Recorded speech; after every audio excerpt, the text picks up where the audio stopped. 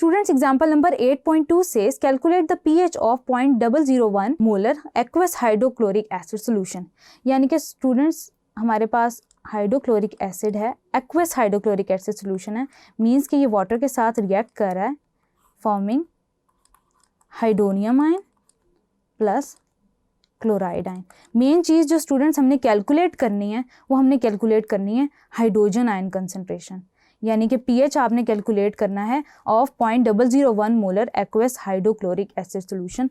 तो अगर aqueous hydrochloric acid solution की कंसनट्रेशन 0.001 मोलर है तो हम ये कह सकते हैं कि जो हाइड्रोजन आयंस उससे जनरेट हो रहे हैं क्योंकि फुली डिसोसिएट होते हैं तो वो भी 0.001 मोलर हैं, यानी कि हम हाइड्रोजन आयन कंसनट्रेशन इतनी ले सकते हैं।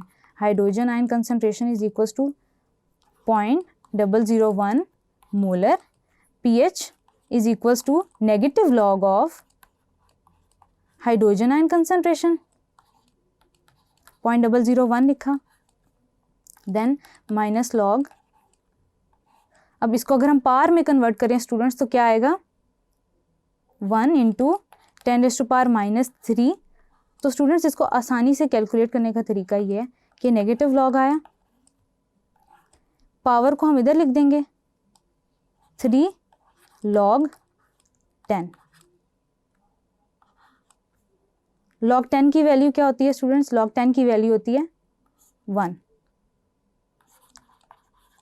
log 10 is equals to 1। तो हमारी जो pH की वैल्यू है स्टूडेंट्स वो होगी 3। तो स्टूडेंट्स यहाँ पे हमें गिवन थी concentration aqueous hydrochloric acid solution की, जिससे हमने हाइड्रोजन आयन कंसंट्रेशन निकालनी थी और हमारे पास जो pH निकली वो निकली 3।